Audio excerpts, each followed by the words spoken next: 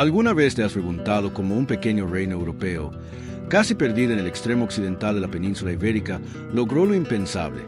¿Monopolizar un océano entero? La pregunta parece absurda si pensamos en Portugal como lo conocemos hoy, una nación de dimensiones reducidas, sin los vastos ejércitos de Francia, sin la riqueza demográfica de Castilla, ni la fuerza imperial del Sacro Imperio. Sin embargo, durante un periodo crucial del siglo XVI, los portugueses convirtieron el Océano Índico en su propio tablero de ajedrez, dominando rutas, ciudades y mercados como si fuesen piezas que se podían mover con la precisión de una estrategia magistral. Pero la respuesta a este enigma no está en la simple geografía ni en el azar. Está en la visión, la brutalidad y la audacia de una élite de navegantes que transformó la lógica del comercio en una verdadera guerra de terror y control. Para entender ese fenómeno, debemos retroceder al final del siglo XV, cuando el Mediterráneo comenzaba a perder su centralidad como eje del comercio mundial.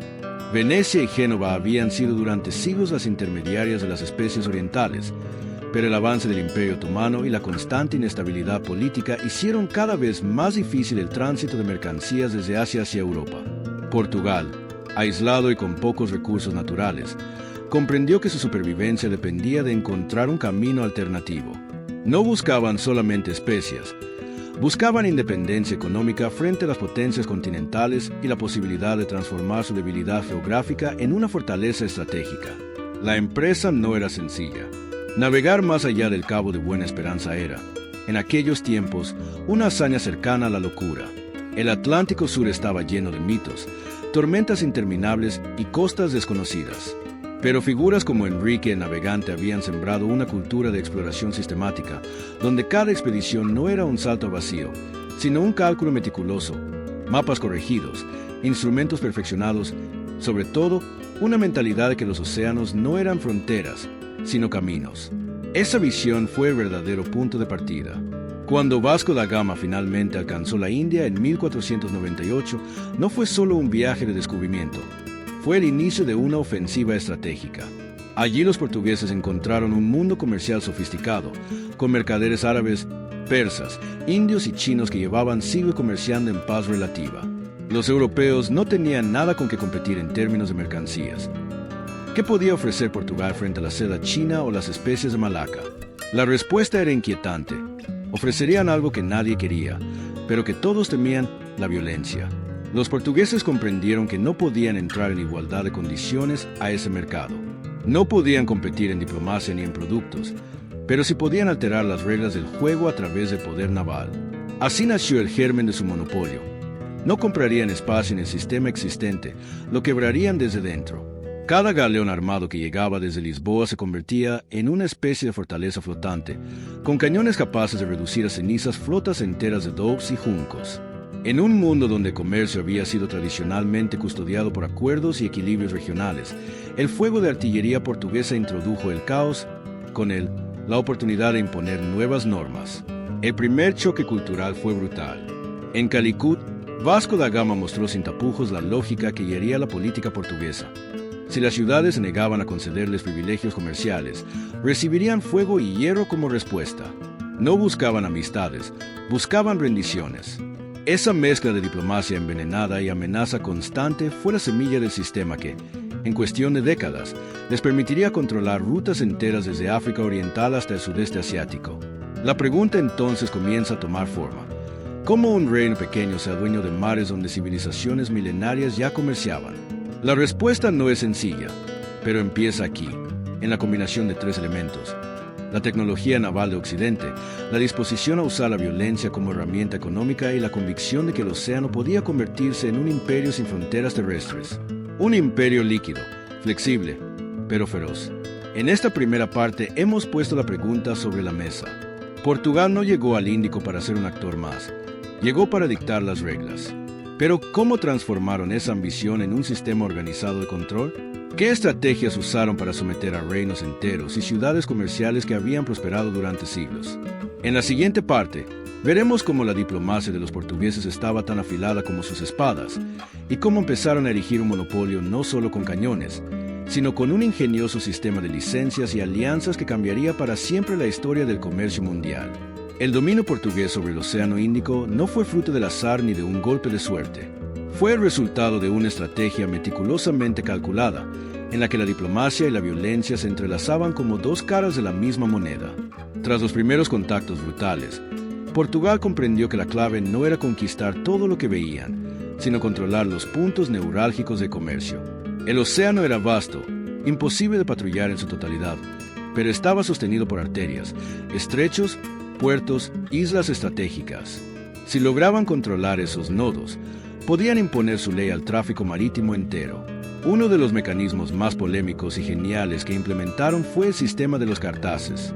Este consistía en obligar a todos los navíos que surcaban el Índico a portar una especie de licencia emitida por las autoridades portuguesas. Sin este permiso, cualquier barco, sin importar su origen, era considerado enemigo y podía ser atacado, saqueado o destruido. De esta manera, Portugal transformó el mar en una aduana flotante, donde el tributo no se pagaba en monedas ni en productos, sino en sumisión al poder luso. Era una idea tan revolucionaria como aterradora: apropiarse de un espacio compartido y convertirlo en una propiedad privada. Los mercaderes árabes, hindúes y malayos quedaron desconcertados ante este nuevo sistema. Durante siglos habían comerciado en relativa libertad, ajustándose a las leyes locales de cada puerto, pero jamás alguien había pretendido controlar el océano en sí. Portugal no se conformaba con conquistar ciudades, quería regular el movimiento de las aguas. En la práctica, esto significaba que un pequeño reino europeo estaba dictando la vida o la muerte económica de millones de personas desde Goa, Malaca o Lisboa. Afonso de Albuquerque, uno de los estrategas más temidos de la época, fue el encargado de llevar este proyecto a su máxima expresión.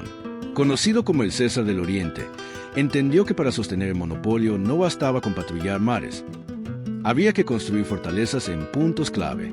Así se consolidó el triángulo del poder portugués en el Índico: Goa, Hormuz y Malaca. Cada una de estas ciudades funcionaba como un candado que aseguraba las rutas principales.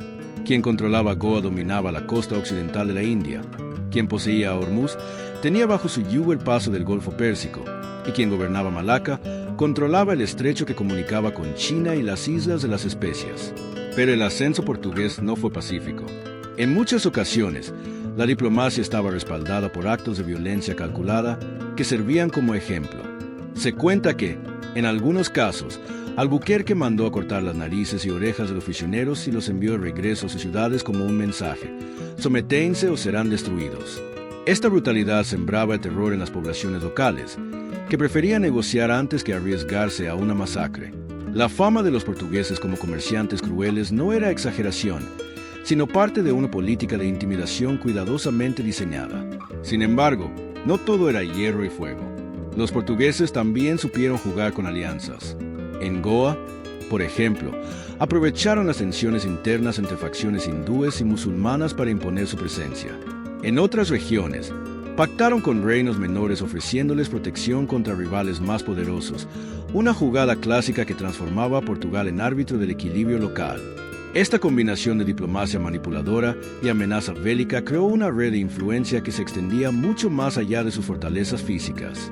El océano, por primera vez en la historia, dejó de ser un espacio neutral.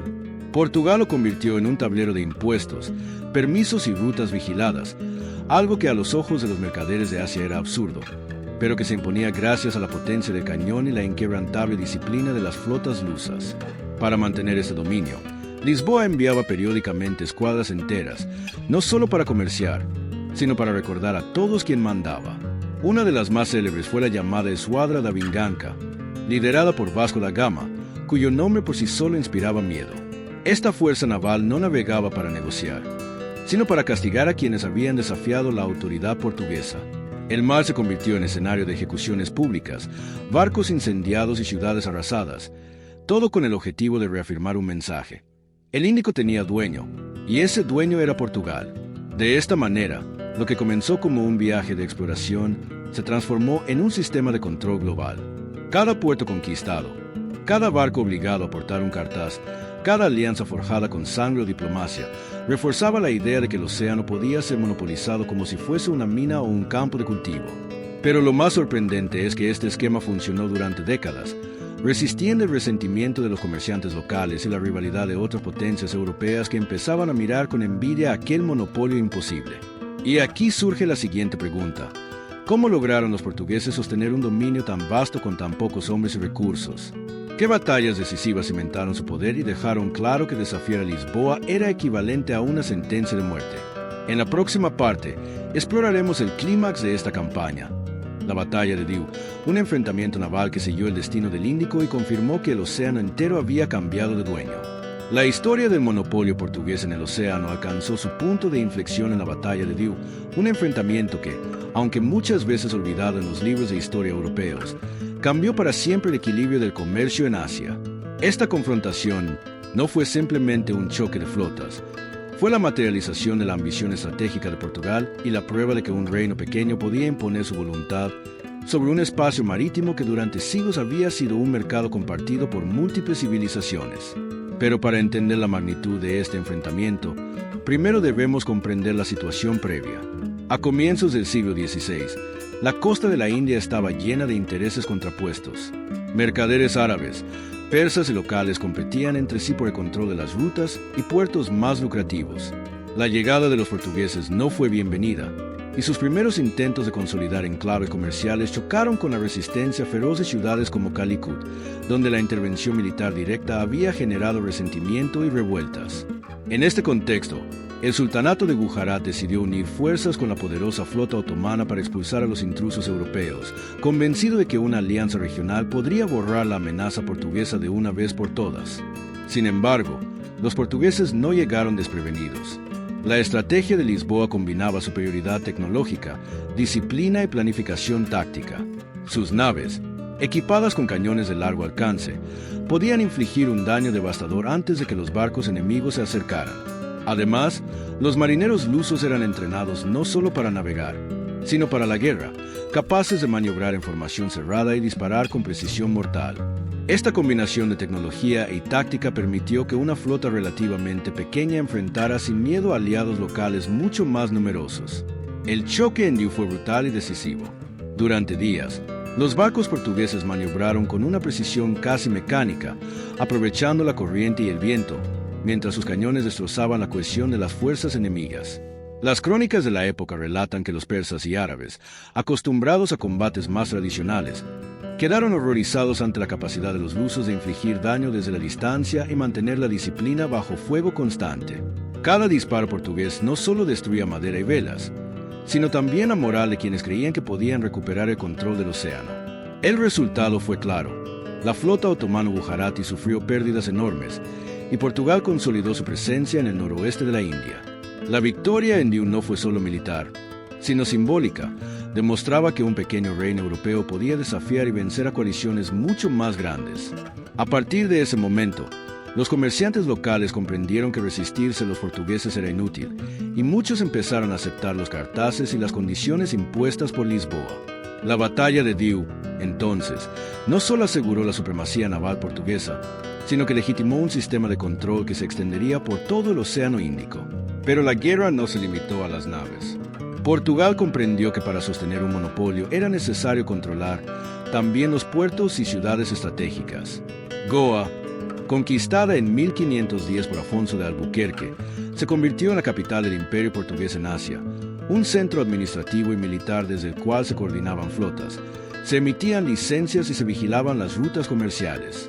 Malaca, tomada en 1511, cerró el estrecho que conectaba las Islas de las Especias con China, asegurando que ningún barco pudiera pasar sin permiso portugués. Cada ciudad conquistada era tanto una fortaleza como un puesto de control económico, y cada una estaba diseñada para sostener el monopolio a largo plazo. La combinación de victorias navales y control terrestre convirtió a Portugal en el árbitro absoluto del comercio asiático. No se trataba solo de saquear o intimidar, sino de imponer un orden donde cada movimiento comercial debía pasar por su autorización. Esta lógica transformó un océano compartido en una red jerárquica, en la que la información, los permisos y la fuerza eran las verdaderas monedas de poder. Los portugueses habían aprendido que un monopolio no se sostiene con números, sino con disciplina, estrategia, sobre todo la capacidad de infundir temor. La pregunta que surge ahora es inevitable.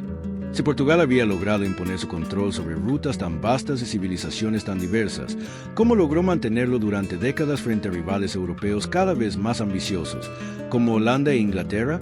¿Qué errores cometieron sus oponentes y qué decisiones tácticas aseguraron que Lisboa conservara el monopolio casi intacto durante casi un siglo? En la siguiente parte, desvelaremos cómo la astucia administrativa y el uso calculado de alianzas y concesiones consolidaron un poder marítimo sin precedentes. Tras la victoria en Diu y la consolidación de ciudades estratégicas como Goa y Malaca, Portugal entró en una fase crucial de su monopolio, la administración y control de comercio a través de sistemas organizados y rígidos.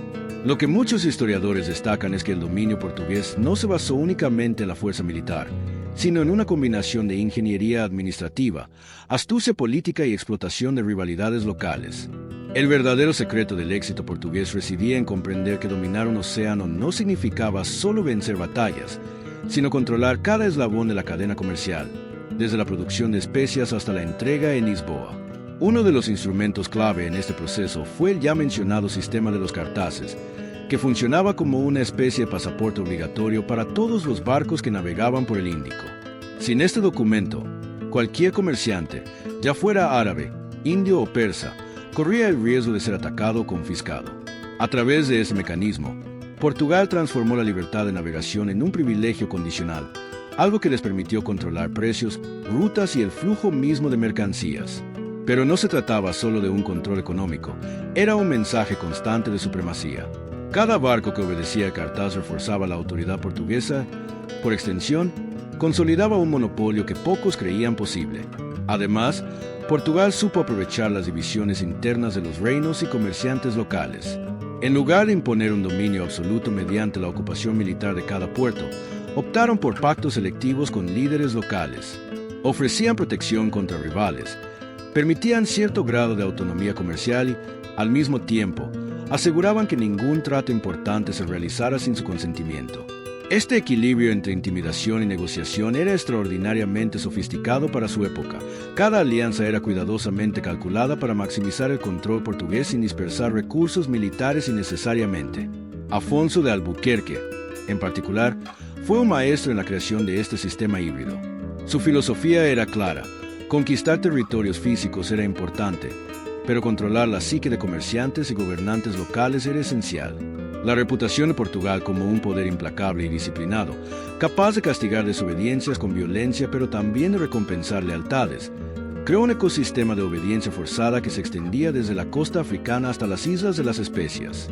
La combinación de miedo y pragmatismo económico consolidó un monopolio que parecía inquebrantable. El control de los puertos y de la navegación también permitió a Portugal establecer cadenas de suministro y rutas seguras para sus propios comerciantes, lo que les aseguraba una ventaja competitiva frente a otras potencias europeas. Mientras que España, Inglaterra y Holanda comenzaban a explorar y competir en el Índico, los portugueses ya tenían redes consolidadas, flotas entrenadas y conocimientos geográficos detallados que les permitían anticipar movimientos rivales. En otras palabras, habían convertido el océano en su propio terreno doméstico, un espacio donde su experiencia y disciplina superaban cualquier desafío externo. Sin embargo, mantener este monopolio requería vigilancia constante. Escuadras patrullaban rutas comerciales, fortificaciones costeras estaban siempre listas y los comerciantes que se desviaban de las normas eran severamente castigados. La combinación de poder naval, astucia administrativa y brutalidad selectiva permitió que Portugal no solo conquistara ciudades y rutas, sino que también transformara la percepción misma de quien tenía derecho a comerciar en el Índico. El océano entero parecía hablar con la voz de Lisboa, obedecer o enfrentar consecuencias devastadoras. A pesar de estas medidas, el monopolio portugués no estuvo exento de desafíos. Los rivales europeos empezaron a entender que podían debilitarlo mediante alianzas estratégicas, construcción de flotas más modernas o ataques sorpresa en enclaves clave. En la siguiente parte, exploraremos cómo estas tensiones externas y los conflictos con otras potencias pusieron a prueba la capacidad de Portugal para sostener su dominio durante casi un siglo, y cómo las decisiones tácticas y administrativas determinaron la supervivencia de su imperio marítimo frente a amenazas crecientes. Aunque Portugal había establecido un dominio impresionante en el Océano Índico, mantenerlo a largo plazo era un desafío constante. La realidad geopolítica del siglo XVI y XVII mostraba que ningún monopolio podía sostenerse solo con victorias militares. La administración, la diplomacia y la logística eran igualmente vitales. Los portugueses debían enfrentarse no solo a las flotas rivales de potencias emergentes como Holanda e Inglaterra, sino también a la resistencia persistente de comerciantes locales, sultanatos y reinos que no aceptaban su misión sin luchar. Esta combinación de amenazas exigía una capacidad de adaptación que muchos pequeños estados nunca habían desarrollado. El principal riesgo para Portugal no era la falta de recursos humanos, sino la extensión de sus compromisos. Sus enclaves se encontraban dispersos a lo largo de miles de kilómetros, desde la costa de Mozambique hasta Goa, pasando por Hormuz y Malaca y extendiéndose hasta las Islas de las Especias en el sudeste asiático. Mantener líneas de suministro, fortificaciones, escuadras navales y sistemas administrativos en territorios tan dispersos requería un nivel de coordinación extraordinario. Para compensar su limitado número de habitantes, los portugueses recurrieron a una estrategia de control indirecto, apoyándose en líderes locales, mercenarios y alianzas temporales que les permitieran vigilar y gobernar de manera eficiente sin desgastar sus recursos. Las fortificaciones construidas en Goa, Malaca y otras ciudades clave eran no solo defensivas, sino simbólicas. Representaban el poder de Lisboa y recordaban constantemente a los habitantes locales que el monopolio portugués no era temporal, sino estructural. Sin embargo, estas construcciones no podían sustituir la superioridad naval, y cada año Portugal enviaba flotas renovadas para patrullar las rutas, proteger sus intereses y demostrar que la autoridad portuguesa se imponía también en alta mar. El concepto de imperio líquido nunca había sido tan literal. Su poder dependía del mar, de la movilidad y de la capacidad de proyectar fuerza de un extremo a otro del Índico con eficiencia casi militar. Al mismo tiempo, el sistema de los cartaces continuaba siendo la piedra angular de su monopolio económico. Cada barco que se aproximaba a Goa, Hormuz o Malaca debía mostrar sus credenciales, pagar impuestos y someterse a inspecciones. Esto permitió a los portugueses controlar no solo las rutas, sino también los precios y la disponibilidad de productos estratégicos como pimienta, clavo, nuez moscada y canela. Al monopolizar estos bienes, Portugal se convirtió en el árbitro económico de un comercio que había sustentado civilizaciones enteras durante siglos. La economía de todo un océano dependía de su capacidad para hacer cumplir sus normas. Sin embargo, no todo dependía de la violencia y los impuestos. La diplomacia y la inteligencia jugaban un papel crucial. Portugal mantenía una red de informantes, aliados y comerciantes colaboracionistas que les proporcionaban datos sobre movimientos de flotas, cambios políticos y oportunidades comerciales. Con esta información, podían anticipar ataques, negociar ventajas y reforzar su monopolio antes de que surgieran problemas. La combinación de inteligencia estratégica, fuerza militar y control administrativo hizo que Portugal permaneciera como potencia dominante en el Índico durante décadas, mucho más tiempo de lo que su tamaño y población habrían permitido de otra manera. Pero incluso con este sistema casi perfecto, las tensiones externas e internas comenzaban a emerger. Los holandeses, con su Compañía de las Indias Orientales, empezaron a desafiar las rutas portuguesas con flotas modernas y tácticas innovadoras. Los ingleses seguían un patrón similar, construyendo puertos estratégicos y comerciando directamente con reinos locales. Frente a estas amenazas, los portugueses tuvieron que adaptarse rápidamente, reforzando fortalezas, reorganizando flotas y utilizando la diplomacia para dividir a sus enemigos. Cada década de éxito se pagaba con vigilancia constante y decisiones tácticas calculadas. Así, el monopolio portugués se mantuvo durante casi un siglo, una hazaña impresionante para un país tan pequeño. Su éxito radicó en la combinación de violencia selectiva, administración rigurosa, alianzas estratégicas y control económico absoluto. No fue solo un logro militar, sino un experimento social y político. Portugal demostró que un pequeño reino, con visión y disciplina, podía controlar un océano entero y reescribir las reglas de comercio global. La pregunta que surge ahora es inevitable. Si Portugal logró sostener este monopolio durante casi un siglo, ¿qué factores contribuyeron a su declive eventual? ¿Cómo lograron los rivales europeos finalmente desafiar y superar este imperio líquido? ¿Y qué lecciones dejó esta experiencia sobre el poder, la estrategia y la ambición humana? En la próxima parte, exploraremos el ocaso del dominio portugués y las fuerzas externas que hicieron tambalear su control absoluto. El monopolio portugués, que había asombrado al mundo durante décadas, no podía sostenerse para siempre.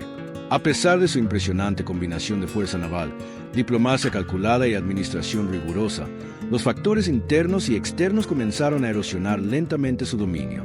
Uno de los elementos más críticos fue la emergencia de potencias europeas rivales decididas a desafiar el control portugués en el Índico. Holanda e Inglaterra, con recursos más vastos y tecnología naval en rápido desarrollo, empezaron a construir flotas modernas capaces de enfrentarse directamente a las escuadras lusas. La disciplina y el miedo que habían funcionado durante tanto tiempo dejaron de ser suficientes frente a adversarios mejor equipados y organizados.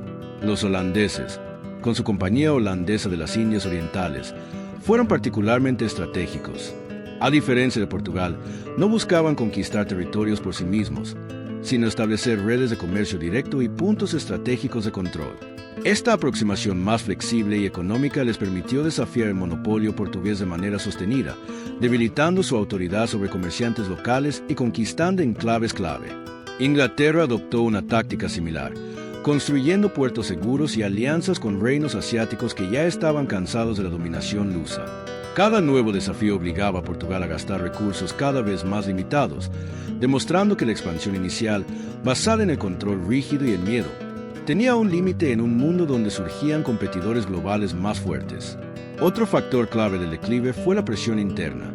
Mantener escuadras, fortificaciones y sistemas administrativos en territorios tan dispersos requería recursos humanos y financieros enormes. Con una población pequeña y limitada capacidad económica, Portugal se enfrentaba al dilema de sostener un imperio que superaba su propia fuerza. La necesidad constante de enviar refuerzos, reconstruir fortificaciones y patrullar rutas comerciales empezaba a desgastar tanto a la corona como a los comerciantes portugueses, quienes veían disminuir sus ganancias debido a los costos crecientes de mantener el monopolio. La tensión entre expansión y sostenibilidad se convirtió en una carga que eventualmente debilitó la eficacia del sistema. Además, los mercaderes locales y sultanatos comenzaron a adaptarse a la presencia portuguesa. Aprendieron a negociar, eludir restricciones y buscar aliados alternativos. La habilidad de Portugal para imponer terror y autoridad ya no era tan absoluta. Cada año surgían estrategias que desafiaban su control, ya fuera mediante rutas alternativas, pagos encubiertos o alianzas con potencias extranjeras.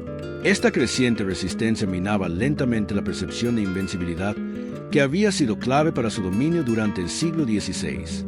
A pesar de estos desafíos, Portugal demostró una capacidad de resiliencia sorprendente. Reformas administrativas, fortalecimiento de fortificaciones y renovadas escuadras navales permitieron mantener su influencia durante décadas, aunque de manera decreciente. Sin embargo, el mensaje era claro: ningún monopolio basado únicamente en el miedo, la violencia y la superioridad naval podía sostenerse indefinidamente frente a competidores determinados y adaptativos. La experiencia portuguesa sirvió como lección histórica sobre los límites del poder concentrado, mostrando cómo un pequeño estado podía, por un tiempo, controlar vastas áreas de comercio global, pero también cómo la dinámica de innovación, resistencia y competencia internacional podía poner fin a ese dominio. La historia del monopolio portugués nos deja lecciones profundas sobre estrategia, visión y ambición. La combinación de astucia, violencia selectiva y organización administrativa permitió a un país diminuto imponer su autoridad en un océano entero. Sin embargo, la inevitable llegada de rivales más poderosos y la presión interna demuestran que incluso los imperios más audaces tienen un límite. Esta narrativa nos prepara para la última parte, en la que analizaremos cómo el legado portugués no desapareció por completo, sino que dejó una huella duradera en el comercio, la cultura y la geopolítica del Océano Índico, moldeando la historia de siglos posteriores. El dominio portugués sobre el Océano Índico, logrado a base de estrategia, audacia y un control implacable, dejó un legado que perduró mucho más allá de su apogeo. Aunque la llegada de potencias rivales como Holanda e Inglaterra marcó el fin de su monopolio absoluto, la huella de Portugal en la región permaneció visible durante siglos. Las rutas comerciales que establecieron, las ciudades fortificadas que construyeron y la red de alianzas que tejieron configuraron un orden económico y político que otras potencias no pudieron ignorar. Su influencia transformó el comercio marítimo, estableciendo precedentes en la administración portuaria, diplomacia y poder naval que marcaron la transición hacia la modernidad en el comercio global. El legado cultural también fue profundo. Ciudades como Goa se convirtieron en centros de intercambio de ideas, religiones y tecnologías. La presencia portuguesa en la India, Malaca y las Islas de las Especias introdujo una fusión única de arquitecturas, idiomas y costumbres que persiste hasta nuestros días. Cada puerto conquistado y cada ruta asegurada por Lisboa dejó una huella tangible en la vida cotidiana, desde la gastronomía hasta la religión y la estructura urbana. En cierto sentido, la ambición portuguesa no solo monopolizó un océano, sino que moldeó la identidad de regiones enteras durante generaciones. Sin embargo, la lección más importante de esta historia no reside únicamente en el poder militar o económico. Está en la combinación de visión, audacia y adaptación. Portugal demostró que un país pequeño podía competir con gigantes, imponer reglas y dominar espacios mucho más vastos que su propio territorio. Pero también nos recuerda que ningún monopolio es eterno. La innovación, la competencia y la resistencia local pueden transformar el equilibrio de poder. La historia del Océano Índico portugués es un recordatorio de que el control absoluto requiere más que fuerza, exige estrategia, inteligencia y, sobre todo, la capacidad de adaptarse a un mundo en constante cambio. Hoy, al mirar los mapas de comercio global y las rutas marítimas que conectan continentes, podemos reconocer la influencia portuguesa en cada puerto histórico, en cada ruta que alguna vez estuvo vigilada por la flota lusa. Lo que comenzó como un pequeño reino enfrentándose a mares desconocidos terminó convirtiéndose en un imperio líquido, un modelo de control y organización que asombró al mundo. Y aunque los imperios cambian, la historia de Portugal en el Índico sigue siendo un ejemplo fascinante de cómo la ambición humana, combinada con ingenio y audacia, puede moldear océanos enteros. Si esta historia te sorprendió y quieres descubrir más secretos fascinantes de la historia mundial, no olvides explorar nuestros otros videos. Cada uno de ellos te llevará detrás de los escenarios donde la estrategia, la intriga y la ambición humana cambiaron el curso de la historia, revelando hechos que pocas veces se cuentan. No dejes pasar la oportunidad de sumergirte en más relatos que te harán ver el pasado con otros ojos y comprender cómo pequeños detalles pueden tener consecuencias enormes.